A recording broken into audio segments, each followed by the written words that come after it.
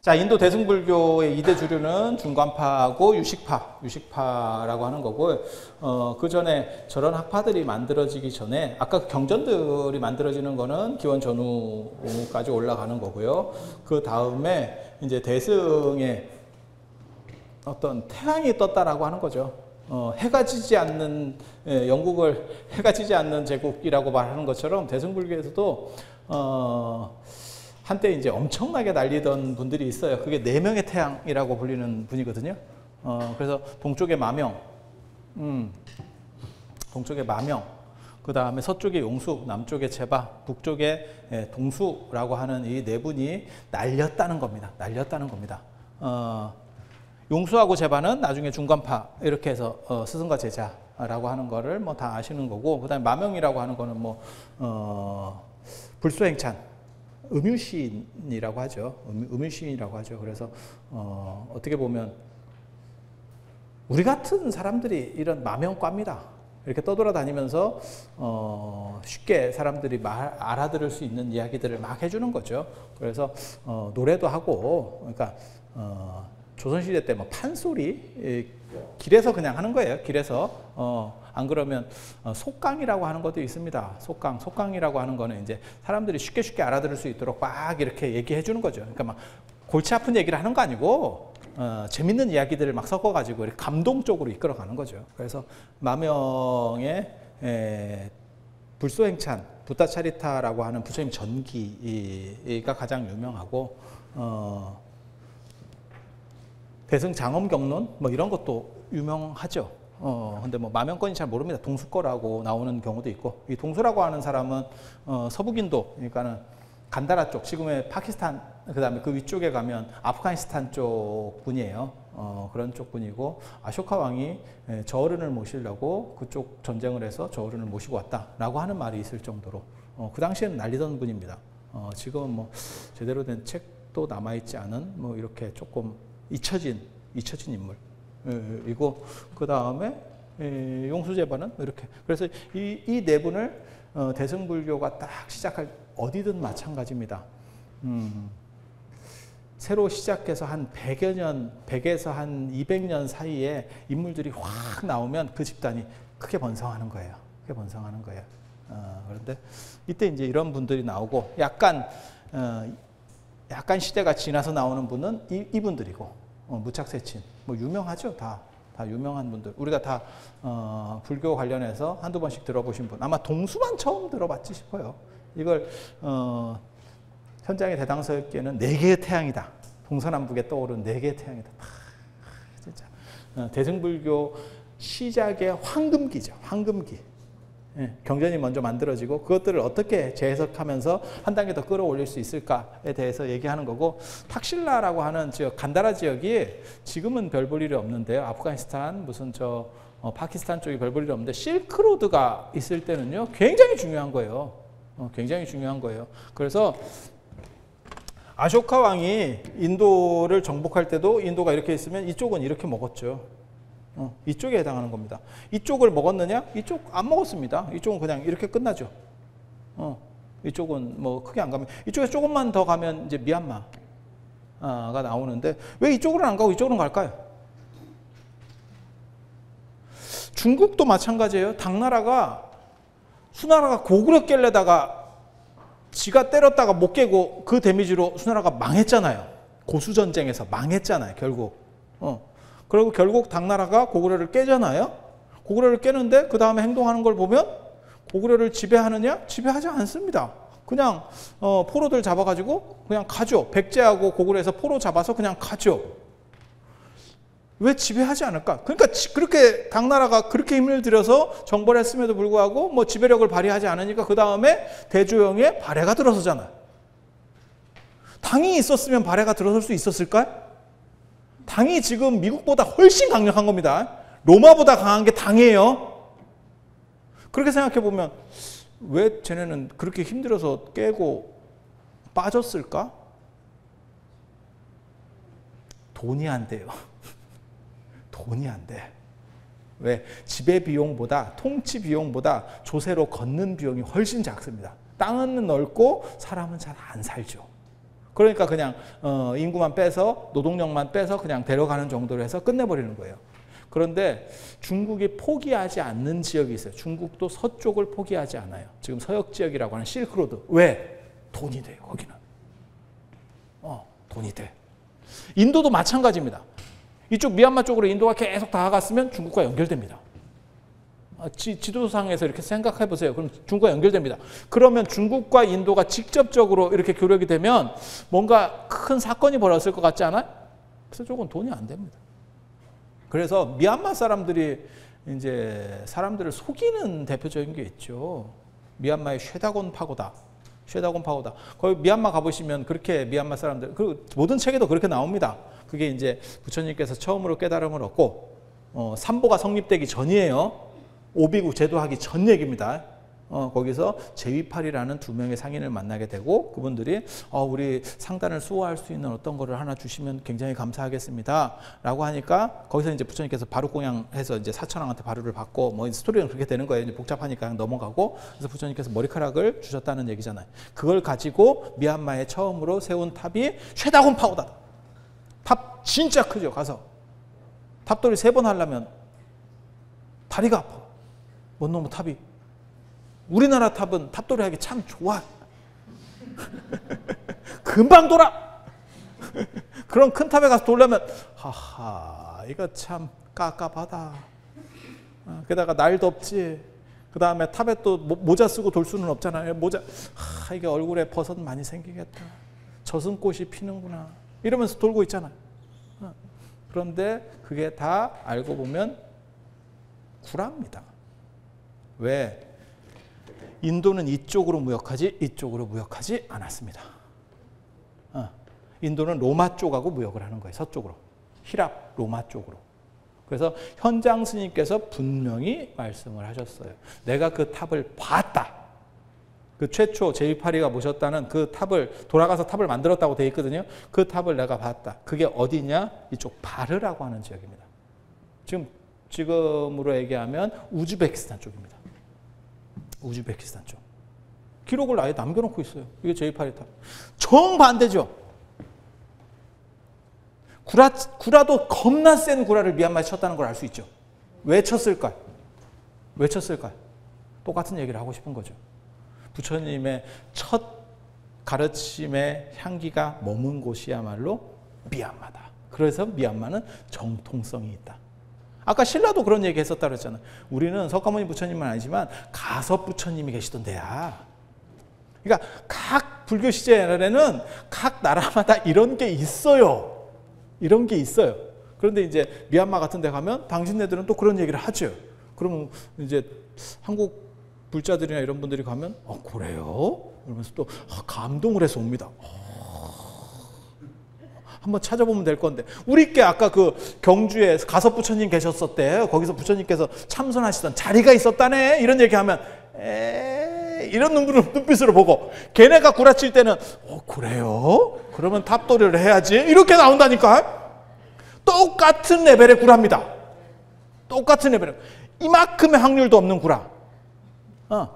현장 스님이 그거 안 써놨으면 얘네 끝까지 우겼을 거야. 물론 써놨어도 지금도 우기고 있지. 그 얘기 다 들어보셨을 거잖아요. 그리고 가보면 진짜인 것 같아. 왜? 탑이 너무 크니까.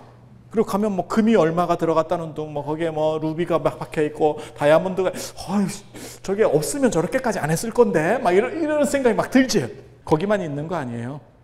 스리랑카 불치사 뭐 이런 거 다 신뢰할 수 없는 이야기입니다. 불치사 치살이 이만합니다.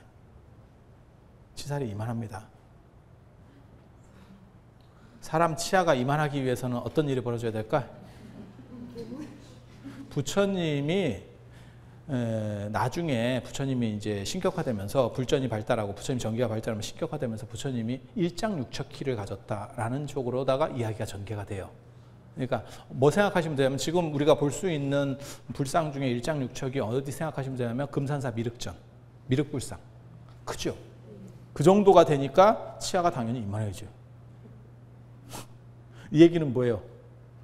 벌써 한참 뒤의 스토리 속에서 이게 만들어졌구나. 그 스리랑카의 불치사에 그 치아살이 들어가는 거는 우리나라에 불교 들어오는 것보다 훨씬 늦은 얘기예요. 500년대 얘기예요. 그래서 여러분들이 생각하시는 거하고 많이 다릅니다. 이게 찾아보면 아하, 그러니까 자꾸 우리가 여시아문만 자꾸 하다 보니까 이런 문제가 벌어지는 거예요. 근데 한 번만 더 이렇게 찾아보면 이게 생각하고 많이 다른데, 좀 다른데, 이런 생각들이 많이 듭니다. 그리고 그것을 흐르는 모든 이러한 스토리들을 흐르는 하나의 단일 주제는 있어요. 우리가 정통이다. 그 얘기를 하고 싶은 거예요. 우리가 가장 정통이다. 딱 그 얘기를 하고 싶은 거예요. 그래서 이런 분들이 계셨었고, 그 다음에 이제 중요한 분은 이분들이죠. 이분들 얘기 잠깐 재밌는 얘기 해드릴게요. 감동 얘기를 조금이라도 해야 되기 때문에. 또 용수 스님 또 재밌는 분이잖아요. 원래 출가하기 전에는 약간 행실이 안 좋았던 그런 얘기 들어보셨어요? 은신술을 배웠다. 은신술, 몸을 탁 숨기는. 해리포터로 얘기하면 이렇게 탁 감싸면 안 보이는 그런 뭐 이렇게 망토 같은 거 있었잖아요, 그죠? 그런 거 뭐 해가지고 뭐 은신술. 참고로 말씀드리면 동의보감에 은신술 하는 약이 있습니다. 관심 있으시면 계속 다려서 드셔보세요. 동의보감이 그지 같다라는 비판을 할 때 늘상 나오는 게 그 대목입니다. 이게 말이 되냐? 사발로 먹어봐라. 욕조로 퍼서 먹어봐라. 몸이 없어지나? 아니, 그럴 것 같지 않아요? 한약 먹으면 몸이 없어질까? 없어지면 대박이에요, 진짜. 없어지면 대박이에요. 그래서 용수가 출가하기 전 얘기입니다. 출가하기 전 얘기입니다. 그래서 이제 또 여자를 좋아하고 뭐 이렇게 해서 이쁜 여자들은 어디에 있을까요? 은신술을 배웠고 이쁜 여자들은 어디에 있을까요? 요즘은 대형 기획사에 다 있을 건데, 그죠? 예전에는 왕궁에 있었대요. 그래서 이제 용수가 왕궁에 가서 출가하기 전입니다. 이걸 꼭 강조해야 돼요. 이건 자르면 안 돼요. 이건 자르면 절대 안 돼. 출가하기 전 얘기예요. 그래서 왕궁에서 이쁜 여자들을 보고 어떻게 했더니 왕이 건드리지 않았는데도 임신이 된대. 예수, 마리아야, 마리아. 막 마리아들이 막 생겨나기 시작하는 거야. 건드리지 않았는데 이게 막 이렇게 막 자연 발생적으로 막 생겨. 그러니까 왕이 희한하게 생각한 거지. 왕은 기독교인이 아니었던 걸 알 수 있죠. 기독교인이었으면 그 요셉처럼 그렇게 키우고 있었을 건데, 이런가 봐 이러면서 키우고 있었을 건데, 왕은 생각을 했지. 이게 뭔가 좀 이상하다. 어떤 놈이 있다. 그렇지만 보이지 않는 거예요. 그러니까 하루는 이제 고운 가루, 쌀가루 같은 걸 쫙 왕실에다가 뿌린 거죠. 그랬더니 친구하고 같이 다 은신술을 배웠다는 거예요. 그래서 거기를 다니면서 이렇게 찝쩍거리고 있는데 발자국이 찍히더라는 거예요. 그러니까 왕이 뭐라고 얘기했냐면 발자국이 찍히는 데를 칼로 쳐라. 그래서 친구들 다 죽었다는 거죠. 그런데 용수는 이 양반이 이제 기지를 발휘해서 왕의 의자 밑으로 싹 들어갔다는 거죠. 그러니까 발자국 상으로는 저쪽에 있는데 왕이 앉아 있는 쪽이기 때문에 칼을 겨눌 수가 없는 거예요, 이 사람들이.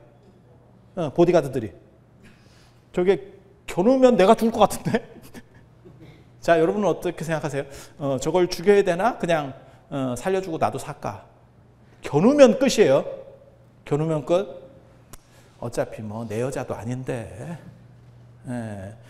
인류가, 그 다음에 우리나라 같이 이렇게 인구가 적은 그런 상황들도 있는데 널리 은덕을 베풀기 위해서 그냥 한 명 정도 냅둘 수도 있지. 그렇게 살았다는 거예요.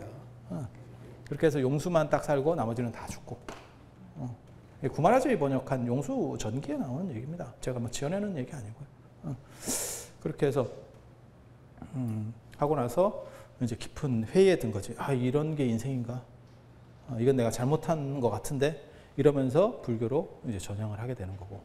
그리고 이제 공부를 해서 드디어 이제 엄청난 사람이 되는 거죠. 그래서 용수와 관련돼서 용수가 화엄경 가지고 왔다 이런 얘기 들어보셨죠? 용궁에 들어가니까 화엄경이 막 엄청난 게 있더라고요. 딱 보고 당신이 요량껏 외워온 게 지금 현재 화엄경이고, 그건 그래서 약본이고, 원래는 더 많았다는 거잖아요. 용부를 천부논사라고 그러거든요. 용수하고 가나제바하고 얘기할 때, 제자인 가나제바하고 얘기할 때 그 얘기가 있어요. 용수는 아무리 두껍고 어려운 책이라도 한 번 보면 다 외운대. 다 외우고 이해. 인간 스캐너입니다. 딱, 그러니까 뭐 볼 필요도 없어. 그냥 이렇게 해가지고 이렇게 해서 한번 밀면 돼. 너무 편할 것 같지 않으세요? 우리는 봐도 둘째치고 제가 쓴 책도 잘 모릅니다. 썼다고 다 알 거라고 생각하는 분들이 있어요. 저는 1년에 글을 너무 많이 쓰기 때문에 다 못 외웁니다. 써도 까먹어요. 인간이니까. 여러분도 그렇잖아요. 여러분이 뭐 말했다고 여러분이 하루 말한 걸 다 기억합니까? 못해요. 그래서 그런 일도 있었다니까요. 그래서 저한테 누가 어떤 스님이 질문을 했는데 제가 나 그런 건 나 잘 모르겠다. 내가 이렇게 얘기했더니 그 스님이 뭐라고 얘기했냐면 스님 논문에 나오는 걸 물어봤습니다. 예. 예, 감사합니다. 이런 게 인생이구나. 제반은 3번 봐야 그렇게 된대. 용수는 1번, 용수는 한타하고 3번. 그래서 용수라고 하는 분은 뭐 진짜 대단하죠. 대단하죠. 그리고 용수의 대표적인 저작은 아시다시피 대지도론. 대지도론 100권짜리. 그 다음에 중론. 중론 뭐 12문론, 회쟁론 뭐 이런 것들이 있는데 그런 건 좀 짧은 거고, 대지도론 100권짜리는 거의 백과사전이라고 보시면 돼요. 불교 백과사전. 대품반야경의 주석서인데 주석서를 빌미로 해서 거의 막 백과사전 같은 걸 하나 만들었다고 보시면 돼요. 네이버 지식 검색, 요즘으로 말하면 불교 고대판 네이버 지식 검색. 뭐 그렇게 생각하시면 됩니다. 그래서 그리고 이제 제바 같은 경우는 이게 스리랑카 분이에요. 스리랑카 분. 스리랑카 분.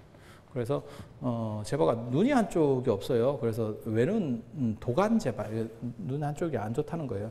요즘으로 말하면 1등급 장애인. 그래서 저분 같은 경우 이제 용수 스님 제자로 해서 이렇게 날렸는데, 저분이 말이 좀 저도 이제 말이 좀 극단적인 경우들이 많아요. 그게 이제 재미삼아 하는 경우들이 많습니다. 그런데 이게 그런 거 가지고 조금 상태가 안 좋은 거 아니야? 이렇게 보시는 분도 있어요. 근데 너무 곱게 말하면 재미가 없습니다.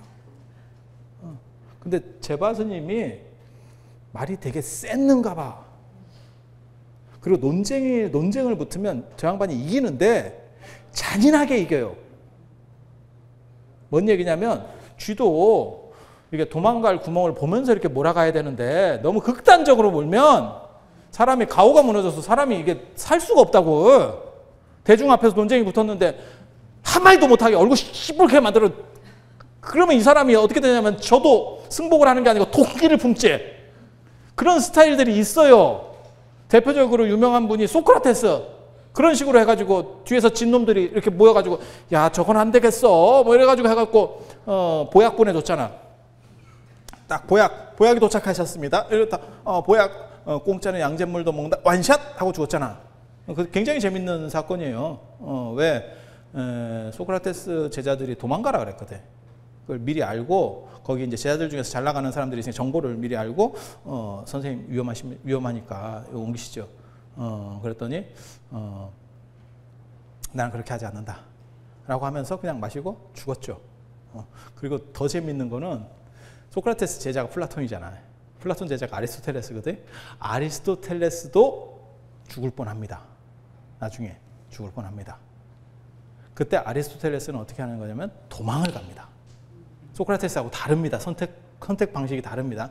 도망가면서 뭐라고 얘기했냐면 아테네 사람들로 하여금 철학자를 2번 죽였다라고 하는 오명을 씌울 수는 없다. 주둥이는 살았어요. 이게 굉장히 재밌다고. 말이나 못하면 아이고 참 진짜 우리 같으면 좀 쪽팔려서라도 그냥 이렇게 갈 건데 뭐라도 딱 한마디 하면서 가는 거예요. 제바 스님도 소크라테스랑 비슷한 그런 과였는가 봐요. 사람을 끝까지 몰아버려. 그러니까 이 사람들이 앙심을 품게 되는 거죠. 앙심을 품게 되는 거죠. 부처님이 대단하신 거는 있잖아요. 부처님 그 경전 이렇게 보시면 아무리 허접은 얘기라도, 상대의 아무리 허접은 얘기라도 끝까지 들어주십니다. 개인적으로 저도 그런 사람을 굉장히 높게 평가하거든요. 그 사람이 특별히 뭐 배운 게 많지 않고 이래도 끝까지 들어주는 것만 가지고도 아, 저 사람은 진짜 인격적으로 훌륭한 사람이야 라고 하고 저도 그렇게 닮아가고 싶지만 잘 안 됩니다. 왜? 승질이 급해가지고. 그래서 조금 이렇게 허접은 얘기하면 아, 그건 됐고 이러면서 끊고 바로 들어갑니다. 내 얘기를 해야지. 넌 그 쓸데없는 얘기 자꾸 하지 마. 이렇게. 근데 부처님 같은 경우는 끝까지 다 들어주고 그 허접은 얘기라도 거기서 아, 네 얘기도 가치가 있다 이렇게 말씀을 하십니다. 육방예경 이런 거 한번 보세요. 얼마나 그게 허접은 얘기입니까? 사실은 부처님께서 오늘 집에 가니까 그 양반이 동서남북 상하 이렇게 절하고 있더라는 거잖아요. 우리식으로 말하면 저 뭐 장독대에 정한수 떠놓고 치성 드리는 그런 딱 그런 거죠. 방위숭배 이렇게. 그러니까 그게 의미가 뭐냐? 라고 그랬더니 잘 모르겠는데 그냥 조상 대대로 우리 이렇게 해왔어요. 이렇게 얘기하니까 그런 쓸데없는 짓을 왜 하냐? 이렇게 말씀하시는 게 아니고 그것은 충분한 의미가 있고 가치가 있는 건데 아마 너희에게 전달이 잘 안 된 것 같다 라고 말씀을 하시면서 거기다 플러스 알파를 해주는 거죠. 그래서 뭐 상하면 뭐 윗사람에 대한 예의, 그 다음에 아랫사람, 그 다음에 무슨 뭐 가족에 대한 거, 친구에 대한 거, 이런 얘기들을 쭉 거기다 부연해 주죠. 그러니까 그 사람 입장에서는 당신이 해오던 게, 야, 그건 쓸모없는 거야. 이렇게 하면 기분이 나쁠 건데, 그건 참 의미가 있어. 라고 하면서 이렇게 받아주니까, 당연히 호감을 가질 수밖에 없죠. 이게 부처님 대화법의 아주 큰 장점 중에 하나입니다. 그런데, 막상 그렇게 살려고 하면 굉장히 힘들다는 거. 남의 말 끝까지 듣는 거 진짜 어려운 일이에요. 근데 아마 제바스님은 아마 칼날 같은 그런 성격이었을 거예요. 탁 하면서 머리 좋은 사람들이 저런 캐릭터들이 많이 있습니다. 못 참죠. 그냥 확. 덕분에 제바스님이 암살됩니다. 밖에 내 제자들이 많이 있으니까 이쪽 길로 가라. 라고 하고 돌아가셨대. 멋있지? 네가 이쪽 길로 나갈 수 있다. 이렇게. 그러니까 자비심은 있었던 거예요. 이어른도 자비심이 있었던 거예요. 그리고 이런 분들 때문에 사실 기초가 닦이는 거예요. 닦이는 거예요. 그리고 이게 이제 대승불교 논사 중에는 1세대들, 이분들이 1세대들, 그리고 이제 2세대의 무착과 세친, 이렇게 해서 요분들을 보통 4대 보살이라고도 이렇게 부르기도 합니다. 요분 빼고 이제 마명이 들어가죠. 마명이 들어가죠. 여기 마명. 마명. 뭐 태어날 때 말 울음소리가 들렸대요. 그래서 말소리예요. 이름이 말소리. 몰라 좀 재밌죠. 이름이 좀 재밌게 지었죠. 그래서 요거 이제 4대 보살 이렇게도 얘기를 하는데 되게 재밌죠. 뭐가 재밌냐면 무착과 세친은 형제죠. 대승불교에서 4명을 꼽는데 그중에 형제가 들어간다는 건 참, 그 어머니가 대단하신 분이에요. 얼마나 뿌듯하겠어. 그죠? 저 집이 3형제입니다. 3형제입니다. 그래서 3명 다 출가를 하거든요. 그래서 세 번째는 아라한입니다. 이 집은 그냥 기본이 아라한부터 시작해요. 이게 도대체 뭐 이런 집이 있나 싶을 정도로 참 대단하죠. 대단해요. 네. 그래서 무착은 대승불교에 있었고 세치는 일체 유부의 경량부 쪽에 있었죠. 경량부 쪽에. 네. 원래는 경량부 쪽에 있었고 부파불교에 경량부 쪽에 있었고 이 대승불교. 이분 같은 경우는 이거는 이쪽은 이제 공사상이고 이게 공사상을 중심으로 해서 집결시키는 거고 이분 같은 경우는 유식이잖아요. 유식. 모든 것은 식이다. 그러니까 저 뭐야 칸트에 보면 그런 거 있거든요. 예. 영국의 경험론, 그 다음에 대륙의 합리론, 독일의 관념론 이렇게 이제 서양 철학 얘기할 때 흔히 그렇게 얘기하거든요. 그 중에서 칸트는 인식의 주체가 인식의 대상을 결정한다. 그러니까 내가 생각하는 것이 쉽게 말해서 어때? 그런 거 아세요? 전 우주를 동전 2개로 가릴 수 있다. 눈깔에다 붙이면 된다. 동전 2개를 눈깔에다. 내가 보지 않는 것이 의미를 가질 수 있을까? 내가 인식하지 못하는 게 의미를 가질 수 있을까? 어때? 사실 둘 다 가능한 얘기예요. 인식하는 게 의미점이 되는 거고, 그 김춘수의 꽃에 보면 내가 봐주기 전에는 너는 한 송이 꽃에 불과해. 본 뒤로는 너는 나에게 의미가 되었다. 뭐 이런 거죠. 이게 인식론이라고 하는 거예요. 나는 어떻게 생각하느냐에 대한 관점. 그게 중요하다. 그게 의미점이다. 라고 얘기하는 게 유식학파죠. 그리고 여기서는 이제 유가, 이게 요가예요, 요가. 요가 옛날 발음이 유가예요. 그래서 요가학파입니다.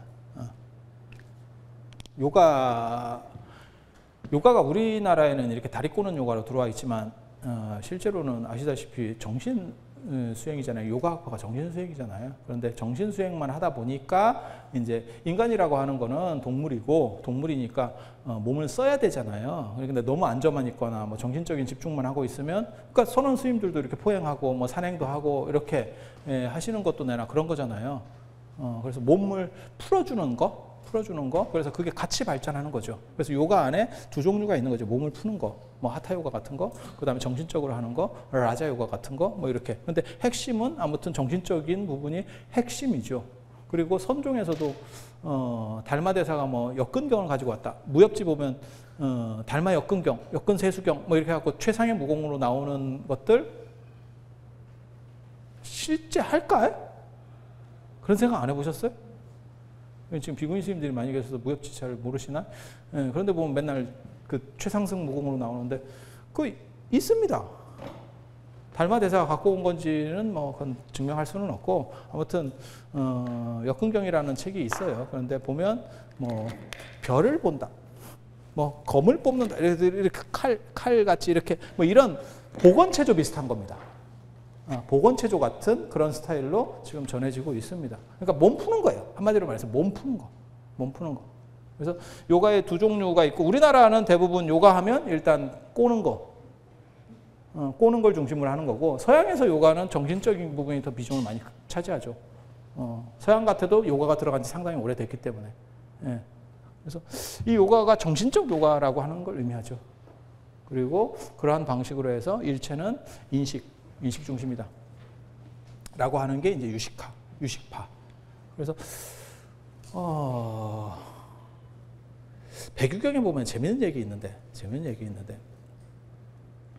귀신 얘기 있어요. 귀신 얘기. 제가 어렸을 때 보면서 굉장히 재밌었거든요. 어떤 사람이, 나는 남자 둘이서 이제 상황상 그런 거야. 이제 뭐 한잔 하지는 않는데, 인도 사람들 특징상 잘 하지는 않는데, 인도 더운 지역에 술 잘 안 먹거든요. 그래서 이제 우리식으로 말하면 그런 거죠. 한잔 하면서 이제 포를 떠는 거예요. 이제 내가 이제 대단한 겁 없는 사람이다라고 이제 구라를 치는 거죠. 그랬더니 그 상대방이 뭐라 그랬냐면, 너 그러면 그 흉가에 가서 하루 잘 수 있어? 아주 유명한 흉가가 있다는 거예요.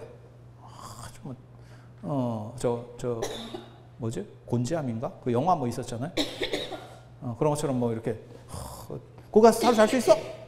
그러니까 이놈이 말을 해놓은 게 있으니까 막 이렇게 내가 대단하다라고 했기 때문에 나는 겁이 없어 뭐 이렇게 했기 때문에, 그놈이 대놓고 쑥 들어오니까 할 수 있어! 이랬다는 거예요. 그럼 뭐 못해 이렇게 하면 너무 가오가 무너지잖아. 그러니까 그럼 가서 잡아 이러니까 이 사람이 이제 가게 된 거예요. 출발하고 나서 뒤에 앉아있던 사람이 처음에 안 가고 갔다 왔다라고 구라를 치면 내가 검증할 수가 없잖아. 다음날 봐가지고. 그래서 따라갔대요. 조금 이제 시차를 두고 따라간 거예요. 그 말도 맞잖아요. 가지고 앞에 간 사람이 딱 이제 건물에 들어가는데 무서운 거지. 그러니까 방 안에 딱 들어가서 문을 마주 놓고 그러니까 문 쪽으로 딱 해서 등 대고 딱 앉는 거예요. 이게 원래 공포 영화나 이런 데 보면 다 언제나 등에서 문제가 생기거든. 샤워하면 안 되고. 뭐 이런 몇 가지 룰이. 꼭 왜 사람이 죽는데 샤워를 하는지 모르겠어. 그죠? 안 되거든. 하고 이런 데가 이제 뭐 흉가다. 그럼 저쪽 구석에 딱 해갖고 이제 문 쪽을 딱 보고 있는 거지. 딱 전체가 시야가 딱 열릴 수 있는. 이해되죠? 방에 딱 좁은 방에 들어가. 하루만 버틴다. 잠도 못 자는 거고 이제 무서워서 자기도 C급하고 있는 거예요. 탁. 뒤에 따라가던 사람이 따라와 보니까 들어갔는지 안 들어갔는지 모르겠대. 이게 뒤에 좀 이게 미행을 놓친 거예요. 이놈이 들어갔나? 안 들어갔나? 이게 뭐야 이거? 가지고 이제 그 집을 약간 수색을 해보는 거예요. 이렇게 찾아보는 거예요. 여기 있나? 여기 있나? 이러면서 이제 문을 하나씩 열어서 이렇게 보는 거예요. 안에 있는 놈 입장에서는 문 열는 소리가 나는 거야. 차곡차곡. 씨, 흉가인데 이게 뭐야? 그러면서 다가와. 이게 뭔가가 오고 있어.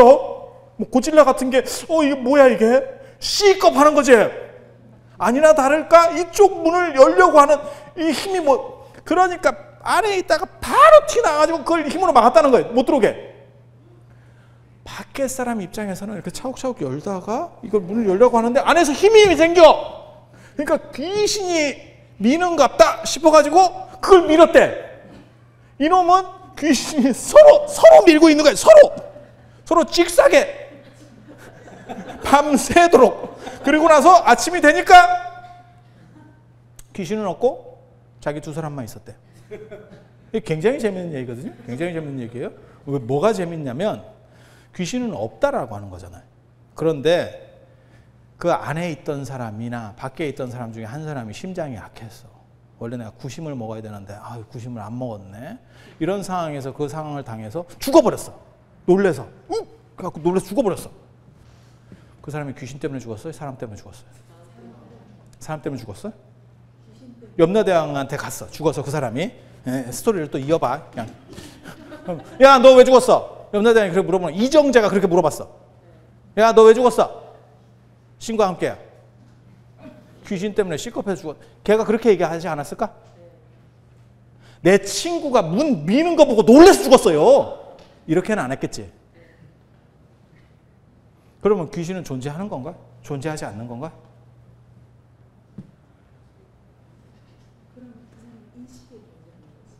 그죠? 그게 유식이에요. 그 얘기를 하고 싶은 거예요. 그러니까 존재냐 존재하지 않느냐가 중요한 게 아니고 내가 어떻게 판단하느냐. 그리고 인간이라고 하는 거는 이게 이런 귀신만 있는 게 아니에요. 우리 주변에 귀신 굉장히 많습니다. 왜? 인간은 기억하고 싶은 것만 기억하기 때문에. 네, 그래서 왜곡된 기억들이 굉장히 많아요. 우리 안에. 가장 대표적인 것 중에 하나가 뭐냐면 예전에 그 시골에서 이렇게 옛날 얘기하는 거예요. 뭐 이렇게 한 집 아랫목에 뭐 이렇게 이불 하나 덮고 한 가족이 이렇게 오골오골 있고 이런 때가 참 행복했어. 그 시점으로 돌려줘 버리면요 절대 안 행복합니다. 이게 기억이 왜곡돼서 나타나는 현상 중에 하나예요. 진짜. 여러분 어렸을 때만 하더라도 수도가에서 세수하려고 하면 막 찬물 겨울에 더럽게 추운 거 나오고 그 다음에 왜 그렇게 추운지 모르겠는데 스테인리스 대야 같은데 얼음이 진짜 얼어 있었잖아. 하고 이걸 발로 차면 얼음이 또르륵 굴러서 떨어지고 진짜 세수하려고 물 한 번만 이렇게 딱 전기가 와. 물에서 전기가 와. 이런 시절들이 있었잖아요. 지금 아련히 생각하면 그때도 행복한 것 같은데 돌아가면 어떻게 돼요? 그게 기억이 미화된 거죠. 그리고 여러분들 잘 생각하셔야 돼요.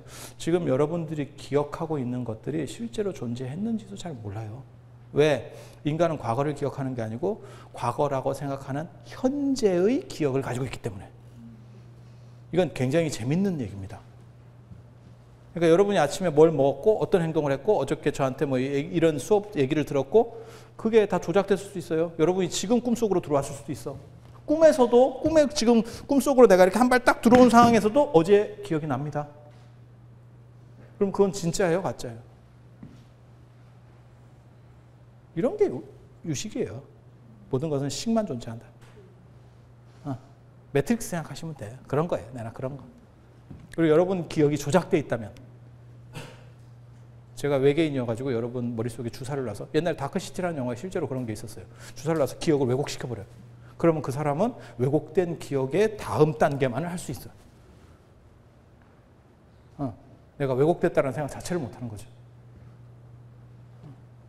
그리고 정신병에 그런 것도 있잖아요. 거짓말을 자꾸 하다 보니까 제 주변에도 있어요. 거짓말을 자꾸 하다 보니까 자기도 그걸 믿는 거죠. 너무 똑같은 거짓말을 계속 하다 보니까 자기도 진짜라고 생각해요. 이런 부분들도 있죠. 그래서 삼형제인데 셋째는 아라한이고 앞으로 이제 돌아가서 그다음에 무착은 원래 대승불교. 이 대승 중에서도 무착이 미륵종입니다. 미륵종. 유식학파는 미륵을 모셔요. 미륵은 뭐시요? 미르불 신앙이에요. 그리고 미륵은 인도에서 족보가 있는 이 보살들은 미륵, 문수, 그다음에 관세음 보살 이 정도라고 보시면 돼요. 그다음에 지장보살의 원형이 좀 존재했었고, 지장보살이 지금 우리 생각하는 것처럼 갖춰지는 것은 중앙아시아 호탄입니다. 실크로드에 있는 호탄에서 어저께 제가 그런 얘기 해드렸는데 화엄경도 호탄에서 대경이 만들어졌다. 그러니까 호탄이라고 하는 데가 이 실크로드 무역 돌아가는 그 서역 지역이 굉장히 중요합니다. 그래서 이 미륵은 뭐 오래전부터 있었던 그런 신앙이기 때문에, 그래서 미륵을 중심으로 해서, 미륵을 중심으로 한다는 얘기가 뭐예요? 석가모니 부처님의 가르침과는 다른 스타일을 이야기한다는 거죠. 완전히 다른 걸 이야기하기 위해서는 석가모니 부처님 안에서 얘기하기는 어려운 거야. 석가모니 부처님의 가르침 안에서 얘기하기는 어려운 거야. 그래서 정토 사상도 어때요? 서방극락 정토 사상도 어때요? 아미타 부처님이라는 새로운 부처님을 만들어내는 거죠. 끌어들이는 거죠. 그래서 그 부처님을 중심으로 얘기해야 얘가 쉽지. 석가모니 부처님 가지고 얘기할 수는 없죠. 연결점은 물론 있어요. 석가모니 부처님께서 아미타 부처님에 대해서 얘기하는 스토리로 되어 있잖아. 시작은 그렇게 가잖아. 뭔 뜻인지 아시겠죠? 그러니까 석가모니 부처님을 중심으로 해결될 수 있는 부분도 있어요. 그게 법화경 아니면 유마경 같은 경우 석가모니 부처님 안에서 해결되는 부분이라고 가정한다면, 서방 극락정토나 안 그러면 이런 유식은 각각의 다른 부처님을 중심으로 해서 새로 틀을 짜는 거예요. 가르침의 틀을 새로 만들어내는 거예요. 그래서 무착이라고 하는 사람은 대승, 이 당시에 뭐가 있었냐면 이 설일체 유부나 경량부 이런 데서는 모든 것의 요소는, 연기 관계는 불투명하지만 그 요소는 존재한다. 화학으로 말하면 144개의 원소는 존재한다. 그러니까 지금도 마찬가지죠. 우리가 이런 요소의 존재는 인정을 하는 거예요. 그런데 지금 과학에서는 어떻게 돼요? 요것도 쪼개보면 원자가 있고 중성자가 있고 이런 식으로 해서 쿼크 이런 식으로 해서 계속 쪼개다 보면 결국은 그것이 물질이 아니라는 쪽으로 가죠. 이런 쪽으로 생각하면 그게 유식이라고 생각하시면 돼요. 물질이 아닌데 물질인 것처럼 존재하는 거. 그건 내가 그렇게 인식하는 거예요. 그래서 유식학에서는 이 요소 자체도 존재하지 않아. 설일체 유부에서는 이런 요소는 있고 이 요소의 관계는 정해져 있지 않아 라고 말하는 거고, 유식학에서는 이것도 일정하지 않아 라고 말하는 거예요. 그래서 이거를 아공, 법공이라고 그러는 거예요. 설일체 유부에서는 아공, 법유, 현상적인 것들은 존재하지 않지만 그 요소는 존재해 라고 말하는 거는 아공, 법유. 거기서 법은 요소라는 뜻이에요. 법이 여러 가지 개념으로 쓰이거든요. 약간 어려울 수 있는데 그냥 그러려나셔요. 너무 긴 얘기는 안 할 겁니다. 그냥 잠깐 얘기하는 걸로 넘어가고, 이 무착이라고 하는 분이 대승불교인데, 무착이, 이 세치는 경량부에서 대승을 계속 씹어요. 소승에서 계속 씹어요. 저건 아니야. 저건 사자야, 사자. 이런 식으로 했다는 거예요. 그래서 무착이 나중에 몸이 아프니까 자기 동생을 부릅니다. 동생을 불러가지고 동생하고 이런저런 얘기를 하면서 세친이 이 무착에게 감동이 돼요. 그래서 이게 진짜 가르침인데 내가 잘못했다. 그러면서 내가 대승을 비방한 것을 내가 책임지겠다. 어떻게?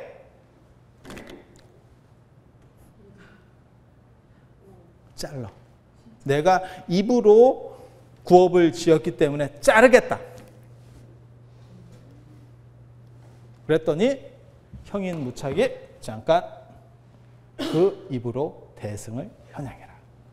그렇게 갚아라. 자른다고 이미 나간 게 해결이 되냐? 되게 재밌어요. 그래서 그 뒤부터 세친이 경량부 입장에서 글을 쓴 게 아비달마 구사론이라고 하는 거고, 전향해서 이제 유식론을 쓰는 거죠. 유식 20송, 유식 30송 이런 것들을 쓰죠. 근데 이미 나이가 어느 정도 됐기 때문에 그것에 대한 주석서를 쓰지 못했죠. 그래서 그 주석서가 10대 논사가 나중에 그 주석서들을 쓰기 시작합니다. 그 중에서 제일 유명한 게 호법이라고 하는 분이고, 그 호법의 가르침을 이은 분이 나중에 현장이에요. 그게 이제 호법이 계연에게 넘어오고 계연이 현장.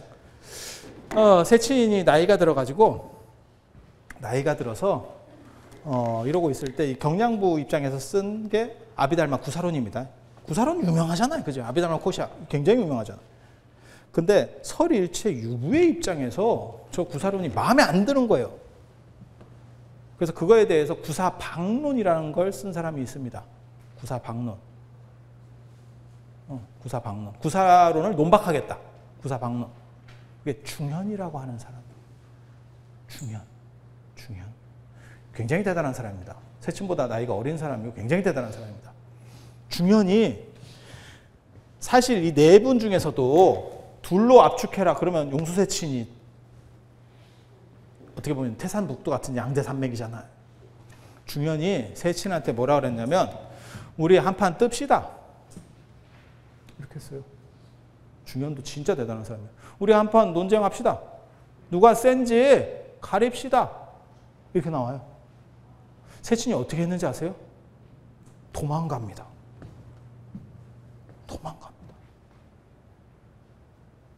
그러니까 제자들 입장에서 쪽팔리잖아. 우리 선생님이 대단한 줄 알았는데 중현이 부착하니까 도망을 가네? 이런. 선생님한테 항의합니다. 선생님 이러시면 안 되는 거 아닙니까? 이거 가오가 있지. 이게 뭡니까 이거. 그때 세친이 뭐라고 그랬냐면 중현은 젊고 나는 나이를 먹었기 때문에 내가 중현을 이길 자신이 없다. 못 이기겠다. 뭐하고 똑같은 거냐면 이창호하고 이세돌 생각하시면 돼요. 이창호가 훨씬 대단한 바둑기사입니다. 이세돌보다. 알파고 뭐 그 1승인가 했던 이세돌 있잖아요. 훨씬 대단한 기사예요. 전적이나 이런 걸 보면. 그런데 이세돌이 이창호를 이깁니다. 왜? 이창호는 나이 먹었을 때 이세돌하고 붙게 되니까 젊은 이세돌을 이길 수가 없는 거예요. 전성기 때 붙었으면 제가 보기에는 이창호가 이깁니다. 예전에 그 있었잖아요. 뭐 응답하라 1998인가 그게 나오는 게 이창호잖아요. 이창호잖아요. 박보검. 그래서 그런 거라고 생각하시면 돼요. 그렇게 해서 결국 세친이 계속 도망을 가서 중현하고 못 붙습니다. 근데 중현이 그걸 따라가다가 병이 걸려요. 그래서 결국 죽게 됩니다. 그러면 죽고 아파가면서 무슨 생각을 하냐면 내가 세친을 이겨야 되는데 이렇게 생각하는 게 아니고 생각이 바뀌어요. 이게 몸이 아프거나 이렇게 뭐 충격을 받으면 사람들이 생각들이 이렇게 바뀌는 경우들이 많이 있거든요. 그래서 내가 잘못 생각한 것 같다. 너무 싸가지 없었던 것 같다. 난 네 가지가 없었어. 내가 선배한테 저렇게 하는 것도 아니고 잘 생각해서 내가 지금 아픈 상태에서 누워서 생각을 해보니까 세친의 가르침이 또 정당한 것 같은데 그것도 일리가 있고 내 것도 일리가 있는 것 같아 라고 하면서 무슨 생각을 했냐면 내가 죽으면 세친이 내 저작들 당신이 만들어놨었던 그런 논서들을 다 밟아버릴 수 있을 거다. 밟으면 내 저작들은 산산이 흩어질 거다. 왜? 내가 있을 때는 내가 커버해내는데 저쪽에서 공격해오면 내가 방어를 못 해내는 거야. 난 죽었으니까. 그래서 어떤 행동을 하는지 아세요? 세친에게 마지막으로 부탁하는 편지를 씁니다.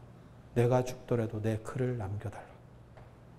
그러니까 공부하는 사람이니까 그 책에 대한 열정이라고 하는 게 있는 거지. 자기 혼신의 힘을 기울였으니까. 그렇게 해서 그 구사박론이 구사론을 조목조목 비판해 놓은 논문이에요. 그게 세친에게 전달이 되고 중현은 죽습니다. 그러니까 세친이 이제 세친한테 칼자루가 온 거잖아, 지금.